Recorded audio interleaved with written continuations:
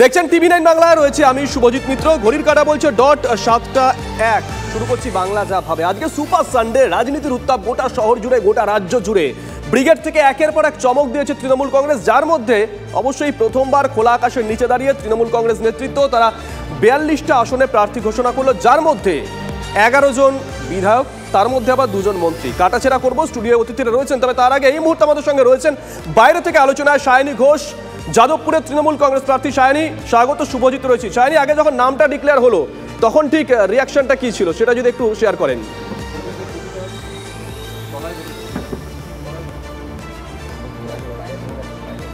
Thank you so much. প্রচণ্ড excited, এবং অবশ্যই যাদবপুর একটা অত্যন্ত প্রেস্টিজিয়াস সিট, তো সেটার একটা অন্যরকম এক্সাইটমেন্টও থাকে। মমতা বন্দ্যোপাধ্যায় নিজে এমপি হিসেবে জিতেছিলেন এখান থেকে, যাদবপুরের মানুষ আশীর্বাদ করেছিলেন। আশা করছি সমর্থন পাবো মানুষের। যাদবপুর একটা সময় তো বাম দুর্গ ছিল, গতবার আমরা দেখেছিলাম বামেদের গোটা রাজ্য জুড়ে ধরাশায়ী অবস্থা, কিন্তু সেখানে মোটামুটি একটা সংখ্যক ভোট বামেরা পেয়েছিল। মানে প্রতিপক্ষ হিসেবে কি শুধুমাত্র বিজেপি নয়, বামকেও দেখছেন আপনারা? ঠিক আছে, the more the challenge the better. আর লড়াই যদি না হয় তাহলে আর খেলনে কা মজা ক্যা হ্যায়। তো বাম থাকুক, বিজেপি থাকুক, যেই থাকুক, আমাদের লড়াই আমরা করব। মমতা বন্দ্যোপাধ্যায়ের নাম আছে, এবং লড়াই শুধু নয়, লড়াই করে কিভাবে জিততে হয় সেটাও তৃণমূল কংগ্রেস এবং মমতা বন্দ্যোপাধ্যায় জানা রয়েছে। মিমির সঙ্গে কথা হয়েছে? হ্যাঁ, মিমি উইশ করেছে আমাকে। She wish me all the best. Jadavpur এমন একটা লোকসভা কেন্দ্র সায়নী, যেখানে 2009-এ যিনি জিতেছিলেন 14 তিনি টিকিট পাননি, 14-এ যিনি জিতেছিলেন 19-এ টিকিট পাননি, 19-এ যিনি জিতলেন আজকে 24-এ তিনি টিকিট পেলেন না। এটাও তো একটা ইন্টারেস্টিং, তাই না? এটা একটা প্যাটার্ন, কিন্তু এবার সেই প্যাটার্নটা ব্রেক হয়ে যাবে। এবার যাদবপুর যাকে পাবে তাকেই পাবে পরপর। আপনি কি আশা করছেন ইউথরা আপনার দিকে ঢেলে ভোট দেবে?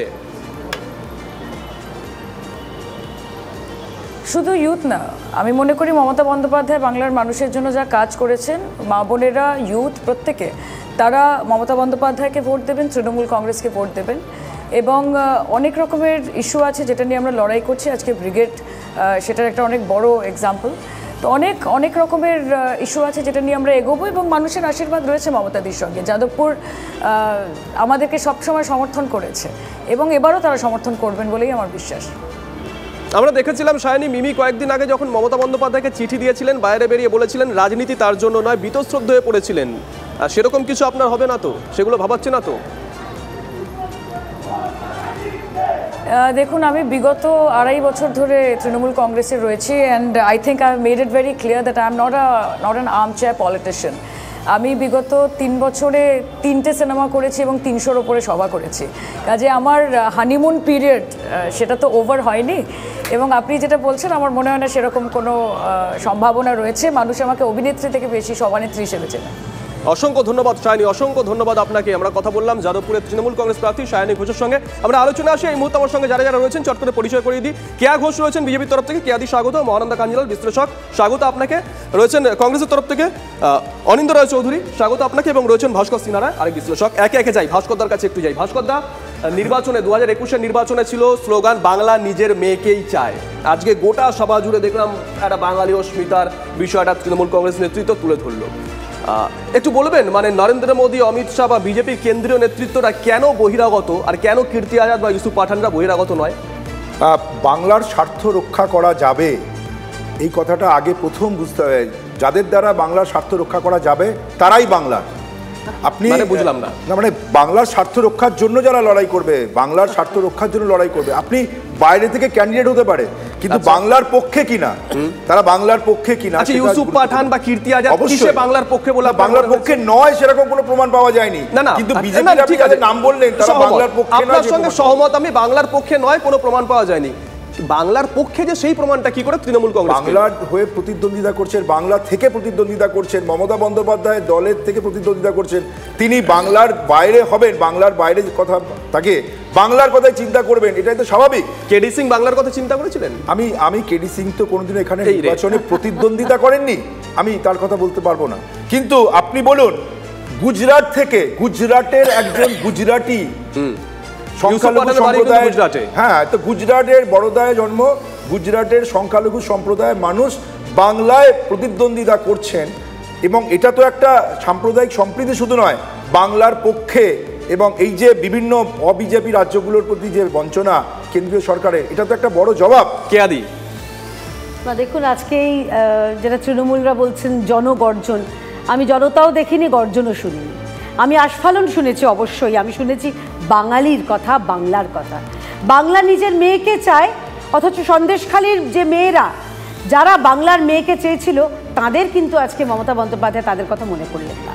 আমি শুনেছি বাংলা নিজের মেয়েকে চায় বলে বাংলা বাঙালিকে চায়, কিন্তু বাংলাকে গুজরাট হতে দেব না বলা তৃণমূল কংগ্রেস আজকে নিয়ে এসেছেন সুদূর গুজরাট থেকে ইউসুফ পাঠানকে, বিহার থেকে কীর্তি আজাদ, শত্রুঘ্ন সিনহা। আপনি যে পারফরমেন্সের কথা জিজ্ঞেস করছিলেন, দেখুন শত্রুঘ্ন সিনহা তো উপনির্বাচনে আসানসোলে জয়ী হয়েছিলেন, আমাকে নয়, আপনি তো সাংবাদিক, ওখানকার মানুষদের জিজ্ঞেস করুন না এই উপনির্বাচনে গত 1.5 বছর 2 বছরে শত্রুঘ্ন সিনহাকে তারা কতবার দেখেছেন আসানসোলের মাটিতে। অর্থাৎ এই মর্নিং শোজ দ্য ডে ট্রেলারটাই সিনেমার যে পরিচায়ক। শত্রুঘ্ন সিনহা, আমি নিশ্চিত যে তিনি যা ট্রেলার দেখিয়েছেন, মানুষ সেখানে ভারতীয় জনতা পার্টির প্রতীকে যিনি দাঁড়াবেন তাকে ঢেলে উজাড় করে ভোট দেবে। এবং কে দাঁড়াচ্ছেন ওনার বিরুদ্ধে আপনারা চিন্তা না করলেও চলবে। শত্রুঘ্ন সিনহার বিরুদ্ধে কে প্রার্থীরা কে? এই বকবকটা করা বন্ধ করুন, আমি তো কথা বলছি, আপনিও দেখতে পারবেন। আপনার কৌতূহল নিরসন হয়ে যাবে, কোনো অসুবিধা নেই। আপনার কৌতূহল ভারতীয় জনতা পার্টি, আমাদের উচ্চ নেতৃত্ব নিরসন করে দেবে। কিন্তু র্যাম্প ওয়াক করে এই চমকবাজির যে আজকে দেখানো হলো, গর্জন শোনানো, সেখানে গর্জন না, আমি শুনেছি মিউ মিউ। তার কারণ এই বাংলায় বাঙালির কথা বলা যদি বলে, মমতা বন্দ্যোপাধ্যায় বলেন না, কারণ সন্দেশখালীর মেয়েরাও কিন্তু বাঙালির মেয়ে, ভুলে যাবে। বেশ, একটু অনিন্দদার কাছে যাই। অনিন্দদা, মানে আপনারা তো রাজনীতি করেন, বাংলায় কি পলিটিশিয়ান কম পড়েছে?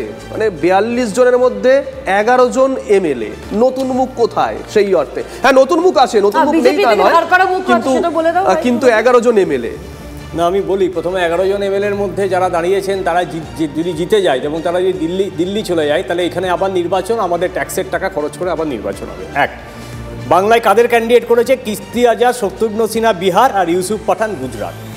উনি কি স্লোগান দিয়েছিলেন 2021-এ? বাংলা বাংলার মেয়েকে চাই। তাহলে বাংলা ছেলেদের চাই না, বাংলা ছেলেদের চাই না, তো বাংলার মেয়েদেরই চাই। দেবাংশু চৌকাঠ থেকে এখন চলে গেছেন হাড়িকাঠে, জিতু ঘাড়ুক, সে পরের প্রশ্ন। নাটক, গান, সিনেমা যারা করেছেন তারা ক্যান্ডিডেট হয়েছেন। আসলে ব্যাপারটা কি, রাজ্যসভা লোকসভায় যে ধরনের মানুষকে আমাদের দরকার, রাজনৈতিক সচেতন মানুষ, গণতন্ত্রপ্রিয় মানুষ, সেই মানুষগুলো গেলে মোদি এবং অমিত শাহ বিলের বিরুদ্ধে প্রতিবাদ করবে, প্রতিরোধ গড়ে তুলবে, বিতর্ক হবে, কিন্তু এরা এখানে সাইলেন্ট হয়। আপনি দেবের কি ভূমিকা আছে আপনি দেখুন, মুনমুন সেনের কি ভূমিকা আছে, কতদিন গেছেন? একদিন গেছেন। কথা বিতর্ক করেছে, একটা বিতর্ক অংশ করেনি। আসলে সব জায়গায় 25-75-এর হিসেব, এখানেও বিজেপিকে উনি 25-75-এর হিসেব বললেন যে আমাদের কাছে 25 থাকুক, তোমরা 75 নিয়ে দিল্লিতে রাজনীতি করো। এক, 2 নম্বর আমি বলি, এই সুদীপ বন্দ্যোপাধ্যায়ের বিরুদ্ধে কুণাল ঘোষ কি বলেছিলেন? উনার দলের সাধারণ সম্পাদক, উনার দলের মুখপাত্র বলেছিলেন সুদীপ বন্দ্যোপাধ্যায়ের সাথে বিজেপি যোগ আছে, উনার অ্যাকাউন্টটাকে সিজ করতে হবে, এবং সিবিআই ইডিকে ট্যাগ করে উনি দিয়েছিলেন। সুদীপ বন্দ্যোপাধ্যায়কে শাহজাহান বলেছিলেন। তারপরে আমরা কি দেখলাম? এই বড় শাহজাহানকে আজকে তৃণমূল কংগ্রেস প্রার্থী করলো। আসলে তৃণমূল কংগ্রেসে দুর্নীতি, ধর্ষক, চোর যারা থাকবে তাদেরকে প্রার্থী হবে। আর এই 10 সেকেন্ডে ক্লোজ করছি, এই জনগর্জন না, গর্জনটা হয় জঙ্গলে, যেখানে বাঘ সিংহ গর্জন করে। আসলে পশ্চিমবাংলার বুকে জঙ্গলের রাজ কায়েম হয়ে গেছে বলে আজকে ব্রিগেডের মঞ্চ থেকে মমতা বন্দ্যোপাধ্যায় উপস্থিত, কিন্তু প্রার্থী তালিকা ঘোষণা করলেন অভিষেক বন্দ্যোপাধ্যায়। আপনি এটাকে কিভাবে ব্যাখ্যা করবেন? দেখো, একটা কথা হচ্ছে যে তৃণমূল কংগ্রেসে মমতা বন্দ্যোপাধ্যায়, মাননীয় মুখ্যমন্ত্রী এবং অভিষেক বন্দ্যোপাধ্যায়, একজনকে বলা হয় নেত্রী আর একজনকে সেনাপতি। কাজেই একজনের কথা আরেকজন শুনবেন, সেইভাবেই প্রার্থী তালিকা ঘোষণা হবে, সেটা বড় কথা নয়। কিন্তু যেটা আমরা দেখলাম যে এত পরিণত একজন মাননীয় মুখ্যমন্ত্রী রাজনীতিবিদ, তার চমকের প্রয়োজন হচ্ছে। দুর্ভাগ্যের বিষয় হচ্ছে সেইটা, অর্থাৎ ইস্যু রাজনীতিতে কম নেই, অর্থনীতিতে কম নেই, কিন্তু সেগুলো আসছে না। সেই কেন্দ্রীয় স্তরেও বলবো, রাজ্য স্তরেও বলবো, কি কি অনুদান দেওয়া হয়েছে সেইগুলোই মানুষের কাছে বারবার ফিরে আসছে। কাজে আসল উদ্দেশ্য, আসল মানুষের কাছে পৌঁছানো বা উন্নয়নের বার্তা কম হয়ে যাচ্ছে, চমক বেশি হয়ে যাচ্ছে। আর র্যাম্পে হাঁটার মতো চমক রাজনীতিকদের কেন প্রয়োজন হচ্ছে? এগুলো তো আমরা অন্য ক্ষেত্রে দেখতে পাই। আর যে সমস্ত মানুষকে আনা হচ্ছে, সত্যিই তো বাঙালি তো কম নেই আমাদের দেশে, যারা দীর্ঘদিন রাজনীতি করছেন, রাজনীতির ময়দানে আঁকড়ে পড়ে রয়েছেন, মানুষের কাজ করছেন। সব দলে এরকম ডেডিকেটেড নেতা আছে, কিন্তু সেখানে বাইরে থেকে লোক এনে কেন করা হচ্ছে? কাজেই তৃণমূল কংগ্রেস যে বহিরাগত বলে আক্রমণটা করে, তাহলে তাদের দলের ক্ষেত্রেও তো সেইগুলো হয়ে যাচ্ছে। বেশ, আমরা আলোচনা চালিয়ে নিয়ে যাবো। পাশাপাশি যারা আজকে প্রার্থী হয়েছে তাদের সঙ্গে কথা বলার চেষ্টা করব। সায়নীর সঙ্গে কথা বললাম। দেবাংশু, শুভজিৎ রয়েছে স্টুডিওয়ে। দেবাংশু, যখন নাম ঘোষণা হলো এবং কেন্দ্র ঘোষণা হলো তমলুক, দেবাংশু তখন রিয়াকশনটা কি ছিল? না দেখুন, আমাদের কাছে তো দিন কয়েক আগে থেকেই খবর ছিল, দলের উচ্চ নেতৃত্ব যোগাযোগ করেছিলেন এবং আমাকে দল জিজ্ঞেস করেছিল আমি এটা নিতে চাই কিনা বা করতে চাই কিনা। আমি দলকে অবশ্যই আমার সম্মতির কথা জানিয়েছিলাম। তো স্বাভাবিকভাবে সেটা বোধ দু তরফ থেকেই আলোচনার মাধ্যমে এই জিনিসটা হয়েছিল এবং আমাকে দল যে নির্বাচনে প্রতিদ্বন্দ্বিতা করাবে, সত্যি সত্যি এটা আমার জন্য বিরাট বড় একটা প্রাপ্তির বিষয়। কারণ স্বাভাবিকভাবে এর আগে আপনারা জানেন 2021-এর নির্বাচন নিয়ে একটা টিকিট পাওয়াকে কেন্দ্র করে অনেক রকম বিতর্ক হয়েছিল, বিশেষ করে আমার টিকিট পাওয়াকে কেন্দ্র করে।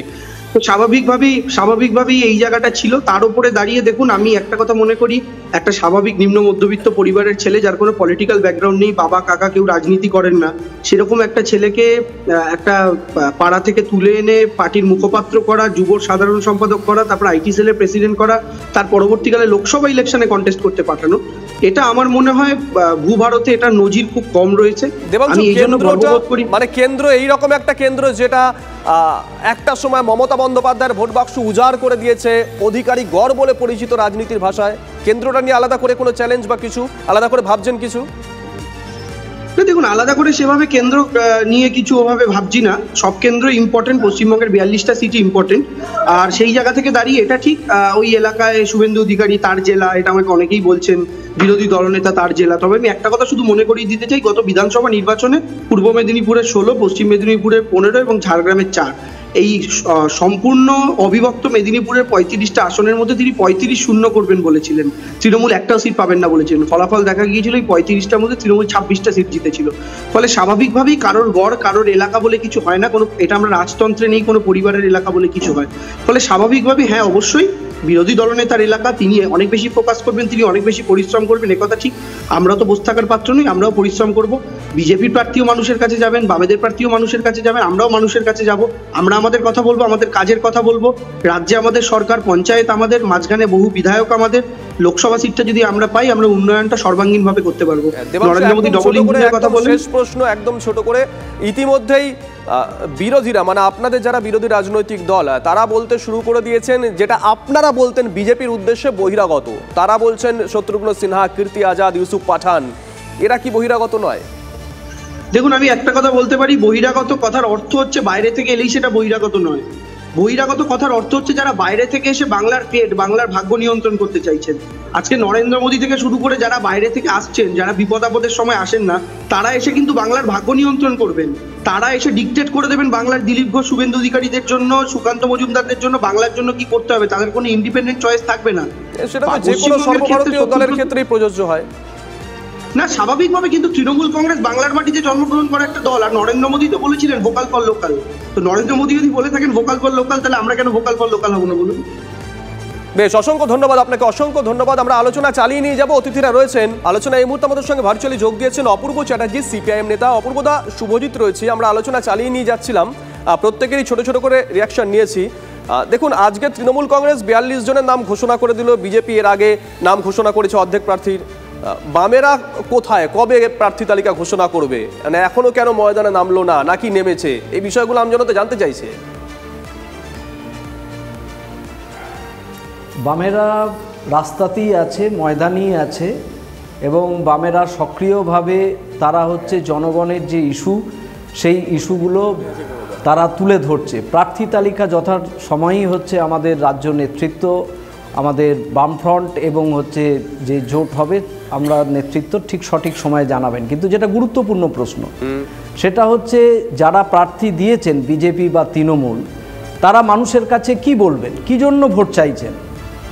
আরও লুটটাকে চালিয়ে নিয়ে যাওয়ার জন্য, আরও পশ্চিমবাংলায় যাতে ছেলেমেয়েরা অন্য রাজ্যে চলে যায় তার জন্য, কি কারণ? মূল পয়েন্ট তো হচ্ছে জনগণের ইস্যু, জনস্বার্থের ইস্যুগুলো কারা মানুষের কাছে তুলে ধরছে। আজকের ব্রিগেড সমাবেশ, এই সমাবেশ তো ফ্লপ। আজকে সমাবেশে কি হলো? আমরা অপূর্বদা আলোচনা চালিয়ে নিয়ে যাব, আমরা চালিয়ে নিয়ে যাব।